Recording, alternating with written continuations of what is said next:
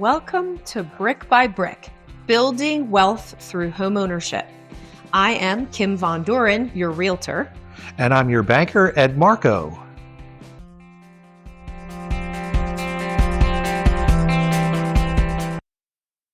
So, just to kind of touch on something that's happening right now in the news and is very important in relationship to the housing market, as well as what you do in lending, what I do as a real estate agent, are interest rates.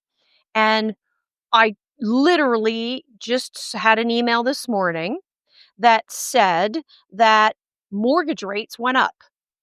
However, I also know that the Fed reduced interest rates 0.25% just a couple weeks ago. So that seems counterintuitive. So I am aware that buyers and sellers fail to understand that even though the Federal Reserve has reduced interest rates by 0.25%, the opposite happened to mortgage rates. They actually went up. Can you tell us why? I can. And don't feel bad if you don't understand why that doesn't work, because there are a remarkable amount of branch managers even, or bankers, that don't understand the correlation between the Federal Reserve and mortgage rates. And the reason for that is because it's very convoluted. They actually are not directly related. The Fed rate, the rate that they talk about in the news all the time, is the amount of interest that the Fed charges a bank to use money overnight. It's the overnight rate. That is not tied to mortgage interest rates. Mortgage interest rates are tied to the bond market. So if the bond market is somewhere around, say, 4%, your mortgage interest rate is probably going to be about 2% above that, or around 6%. The bond market pays attention to what the federal rate is, but it's not directly tied to it.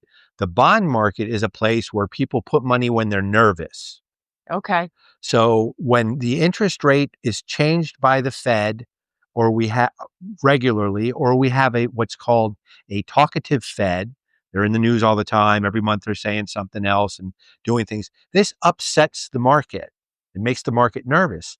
So people, rather than investing in other things, throw their money into the bond market. That sends bond yields up, which causes mortgage rates to go up.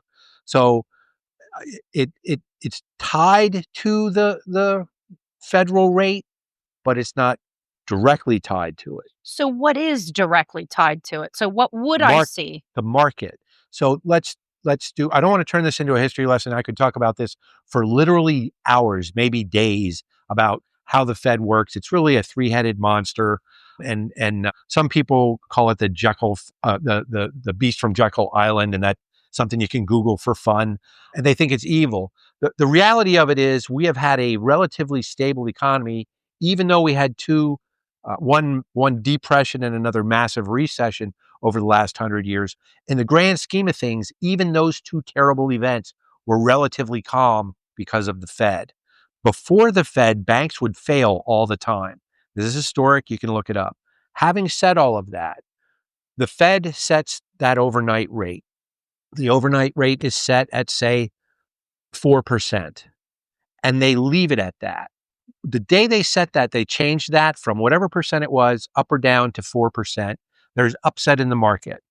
And mortgage rates will go up because people, when they get upset, not just people, but institutions, they shuffle money right away into the bond market. The more people move into the bond market, the higher the interest rates, or the higher they become, the more valuable they become, the higher the rate of return is. That is where we get money for mortgages. So that raises the interest rate on the mortgage. And there's usually about a 2-point difference between the two. So wait, before you go on, just for clarification. Yeah. So what you're saying is that because you use the term market. Yeah. So when you say market, who are you referring to, or what are you referring to? What's the market? The market is the people. In our case, when we're talking about the market, we're talking about the people that buy and sell homes. Okay. Okay. So what you're saying, though, when you refer to the market buying Treasury bills, T-bills, right? That market is just people in general who would possibly be buying Treasury bills. Right. Now, I myself generally do not go out and invest in Treasury bills. So maybe my investment banker would be doing that on my behalf. Right. So this is a whole other conversation. But if you're involved with a 401k, any kind of a mutual fund or an ETF fund or all the other kind of, there's like 4 or 5 different kind of funds that are out there. Some of those funds are also in the bond market for stability. You want to spread out the risk. So the bond market, although it fluctuates, it's relatively stable compared to the rest of the market. Okay. And So, a Treasury bond mhm. is like, most consumers are familiar with a savings bond. Right. So how is it different, or how is it the same as a savings bond? So savings bonds can come from anywhere. You could buy a savings bond from your local municipality if they're in the bond market. You're just buying a little piece of debt that belongs to a larger entity. When you buy a savings bond, you're probably buying it from your bank. When you buy a federal bond, a Treasury bond, you're buying it from the United States Treasury. Okay. And the Treasury, again, that's a part of the Fed. That Treasury is also part of the Fed, and they sling. It's really complicated, and I don't want to turn this into 2 hours, but they will offset interest rates by buying Treasury notes to try and bring them down. Okay. When they want to raise them, they'll sell them all. Or the other way around. I forget exactly how it works because it is weird and It's complicated. economics. Yeah. It's And economics 101. Well, Yeah. economics Yeah. are so complicated, though. If you're going to talk about a Yes. specific part of it, you should really have notice so that you can have all that stuff in front of Yes, you. it And- is. Yeah. Yes. So But basically, without having to know all the details, Yeah. the Federal Reserve manages the economy through multiple levers. Well, only 2. Okay. So they're supposed to through only 2. They're supposed to guarantee the strength of the American dollar, and right now they're also being used to control unemployment. And they shouldn't be doing that. That's my opinion. And that in their bylaws, they shouldn't be doing that.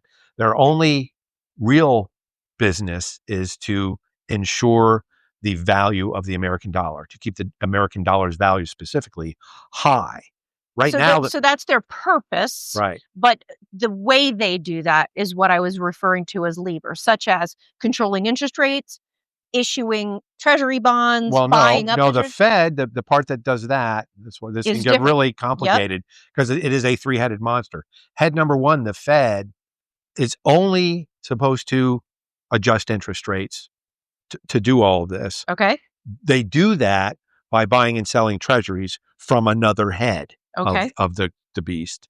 And then the last one is all about management and what they can and can't do legally, setting guidelines, administrative functions, things like that. So you've got these 3 heads, and I'm really painting with a super broad brush. That's okay, right? So what happens though, to get back to the answer, is why did the rates go up if the Fed lowered rates? Well, we're going to go back in history just 1 year. 1 year ago, the Fed lowered rates and interest rates went up. Which interest rates went up? The mortgage rates went up. They lowered the overnight rate, the Fed rate, but mortgage rates went up, and they went up about 3/4 of a point because it was I think the final one was a 1/2 of a point reduction, and that was because there was all this upset in the market, and at that point rates hit, I think, 7.1 or 7.2, somewhere in there.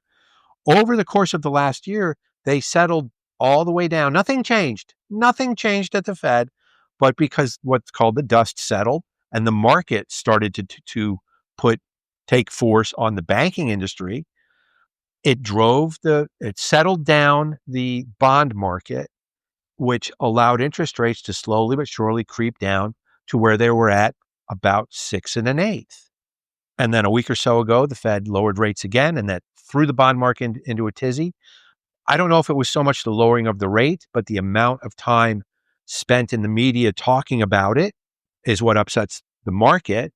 So it went up 1/4. So does the market get upset at, when you said there's a lot of talk, the market, so when there's what feels like uncertainty, the market tends to gravitate towards bonds because they feel more stable and less risk averse. They're secure. That's about as secure as you can get, other Okay. than gold. So that's the overarching idea, is that Mhm.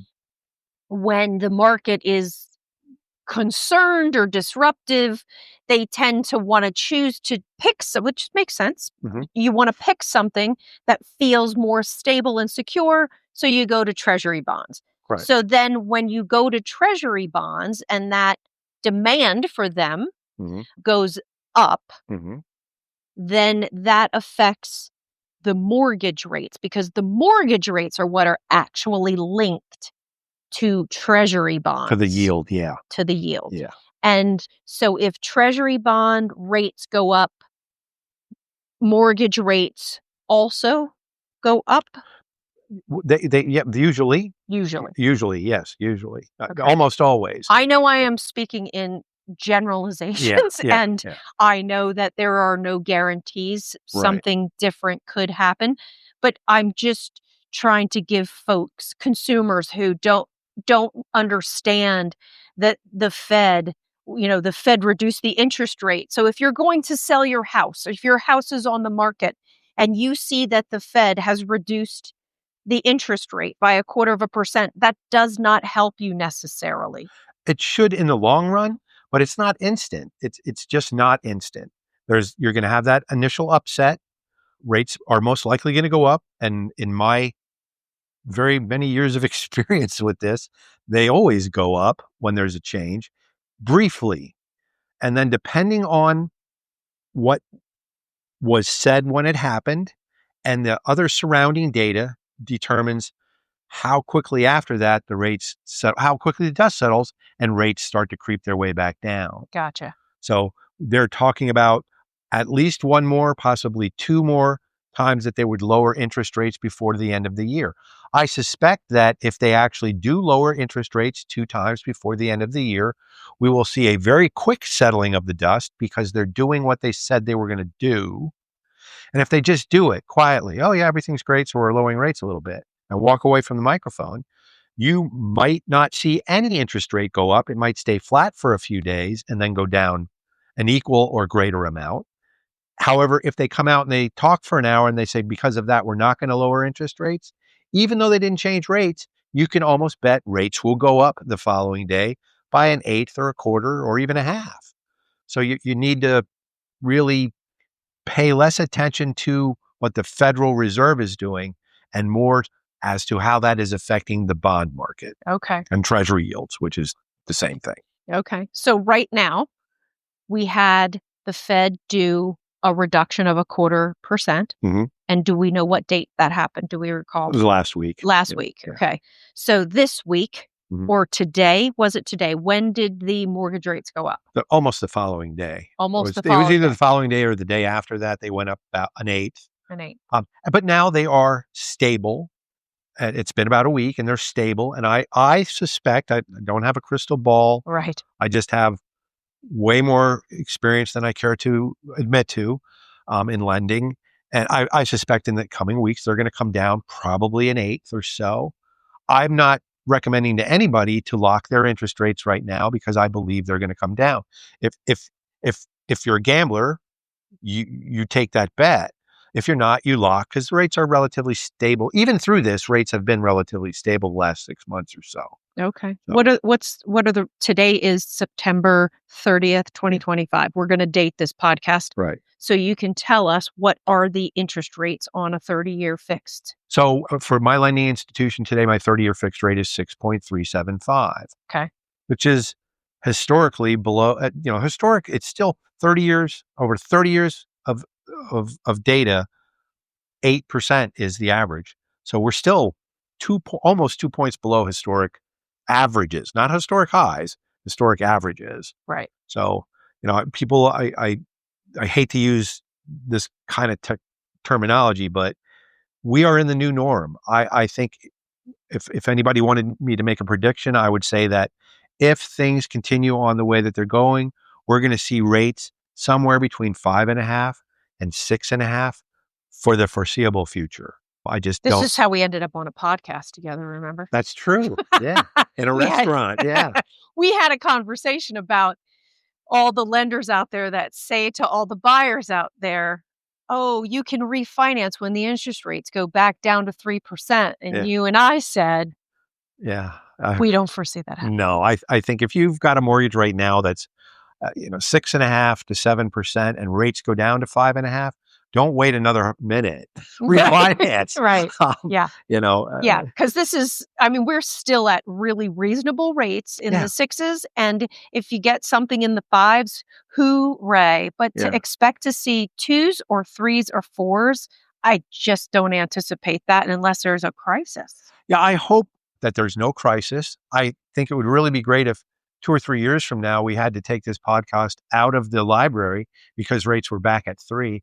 But I seriously doubt that that'll happen. That's some crow I'd be happy to eat. Right. Yeah, exactly. I would really like to be proven wrong on this one, because that was wonderful for the short period of time that it lasted. So. Well, that's great. I think that was really helpful. And I hope that people at least now have an understanding of why, when the Fed reduces rates, mortgage rates do not automatically go down. So thank you for explaining that. I hope it helped. I would definitely recommend to anybody that's interested, either go on YouTube. YouTube is the best way to learn about this without having to read 9 300-page really boring books. But just type into YouTube, the history of the Fed or something to that effect. You'll get countless videos. I've watched a bunch of them over the years. They're all remarkably accurate. Some people think it's the devil. Other people will look at it just from a historic standpoint and look at a lot of the positive it's done over the years. So do that and have fun. Yeah, and that's so funny. I'm not sure how many people will think that watching a podcast or a video about the Fed will be fun, but I'm sure there's a few of us out there. It's a spicy story. It really is a spicy story. It is. I bet it is. So, and also, just a reminder, if you have any questions for us, please feel free to post a question on one of the podcast sites that actually allows you to post a question, and give us a thumbs up or subscribe on those sites also that allow it. Yeah, that provide that opportunity. And thank you so much for listening. Until next time, I'm Ed Marko. And I'm Kim Von Dohren.